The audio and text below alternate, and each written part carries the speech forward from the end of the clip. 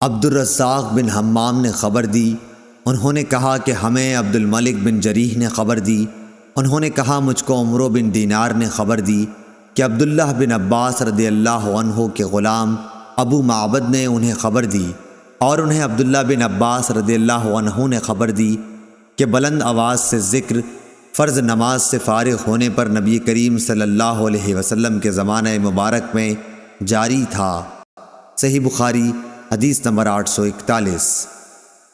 عمرو بن دینار نے بیان کیا، کہا کہ مجھے ابو معبد نے ابن عباس رضی اللہ عنہ سے خبر دی کہ آپ نے فرمایا کہ میں نبی کریم صلی اللہ علیہ وسلم کی نماز ختم ہونے کو تکبیر کی وجہ سے سمجھ جاتا تھا۔ علی بن مدینی نے کہا کہ ہم سے سفیان نے عمرو کے حوالے سے بیان کیا کہ ابو معبد ابن عباس کے غلاموں میں سب سے زیادہ قابل اعتماد تھے۔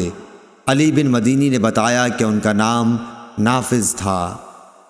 صحیح بخاری حدیث نمبر 842۔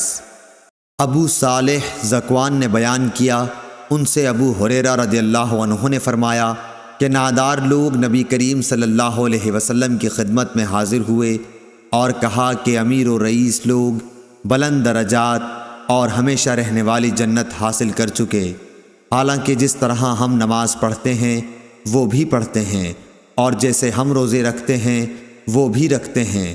مال و دولت کی وجہ سے انہیں ہم پر فوقیت حاصل ہے کہ اس کی وجہ سے وہ حج کرتے ہیں، عمرہ کرتے ہیں، جہاد کرتے ہیں اور صدقے دیتے ہیں، اور ہم محتاجی کی وجہ سے ان کاموں کو نہیں کر پاتے۔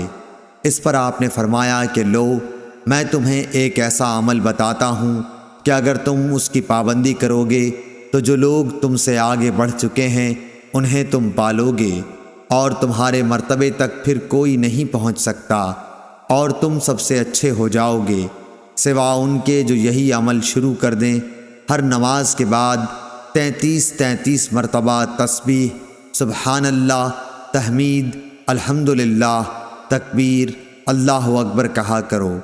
پھر ہم میں اختلاف ہو گیا، کسی نے کہا کہ ہم تسبیح 33 مرتبہ، تحمید 33 مرتبہ اور تکبیر 34 مرتبہ کہیں گے۔ میں نے اس پر آپ صلی اللہ علیہ وسلم سے دوبارہ معلوم کیا تو آپ صلی اللہ علیہ وسلم نے فرمایا کہ سبحان اللہ اور الحمدللہ، اللہ اکبر کہو، تاکہ ہر ایک ان میں سے 33 مرتبہ ہو جائے۔ صحیح بخاری حدیث نمبر 843۔ سفیان ثوری نے عبد الملک بن عمیر سے بیان کیا، ان سے مغیرہ بن شعبہ کے کاتب وراد نے، انہوں نے بیان کیا کہ مجھ سے مغیرہ بن شعبہ رضی اللہ عنہ نے معاویہ رضی اللہ عنہ کو ایک خط میں لکھوایا کہ نبی کریم صلی اللہ علیہ وسلم ہر فرض نماز کے بعد یہ دعا پڑھتے تھے۔ ترجمہ: اللہ کے سوا کوئی لائق عبادت نہیں اور اس کا کوئی شریک نہیں، بادشاہت اس کی ہے اور تمام تعریف اسی کے لیے ہے، وہ ہر چیز پر قادر ہے۔ اے اللہ، جسے تو دے اس سے روکنے والا کوئی نہیں، اور جسے تو نہ دے اسے دینے والا کوئی نہیں، اور کسی مالدار کو اس کی دولت و مال تیری بارگاہ میں کوئی نفع نہ پہنچا سکیں گے۔ شعبہ نے بھی عبد الملک سے اسی طرح روایت کی ہے۔ حسن نے فرمایا کہ حدیث میں لفظ جد کے معنی مالداری کے ہیں، اور حکم قاسم بن مخمیرہ سے وہ وراد کے واسطے سے اسی طرح روایت کرتے ہیں۔ صحیح بخاری حدیث نمبر 844۔ جریر بن عازم نے بیان کیا، انہوں نے کہا کہ ہم سے ابو رجاء عمران بن تمیم نے سمرہ بن جندب رضی اللہ عنہ سے نقل کیا، انہوں نے بتلایا کہ نبی کریم صلی اللہ علیہ وسلم جب نماز فرض پڑھا چکتے تو ہماری طرف منہ کرتے۔ صحیح بخاری حدیث نمبر 845۔ عبید اللہ بن عتبہ بن مسعود نے بیان کیا، ان سے زید بن خالد جہنی رضی اللہ عنہ نے بیان کیا، انہوں نے بیان کیا کہ نبی کریم صلی اللہ علیہ وسلم نے ہمیں حدیبیہ میں صبح کی نماز پڑھائی اور رات کو بارش ہو چکی تھی۔ نماز سے فارغ ہونے کے بعد آپ نے لوگوں کی طرف منہ کیا اور فرمایا، معلوم ہے تمہارے رب نے کیا فرمایا ہے، لوگوں نے کہا کہ اللہ اور اس کے رسول خوب جانتے ہیں۔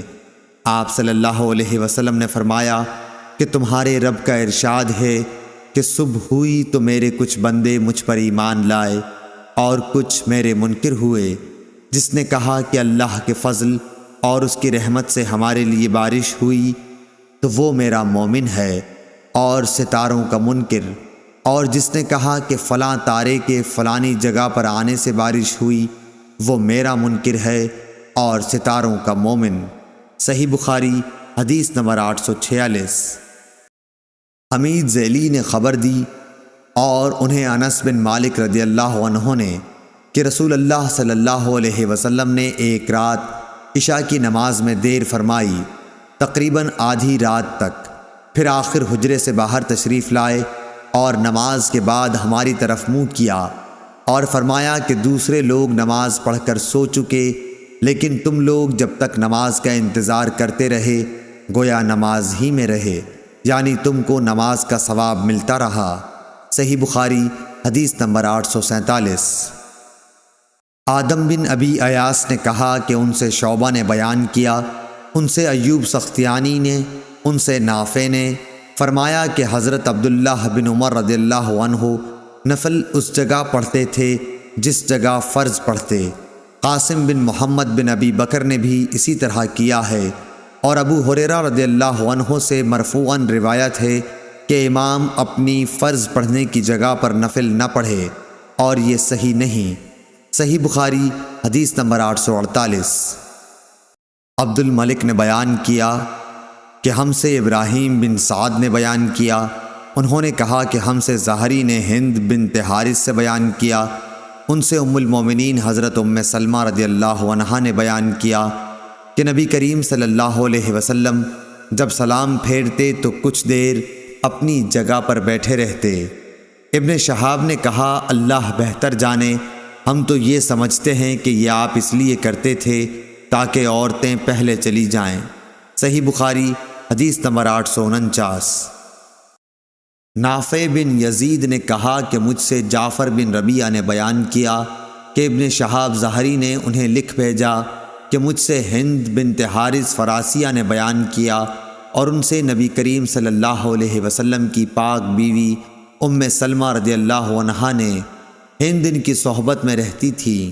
انہوں نے فرمایا کہ جب نبی کریم صلی اللہ علیہ وسلم سلام پھیرتے تو عورتیں لوٹ کر جانے لگتیں، اور نبی کریم صلی اللہ علیہ وسلم کے اٹھنے سے پہلے اپنے گھروں میں داخل ہو چکی ہوتیں۔ صحیح بخاری حدیث نمبر 850۔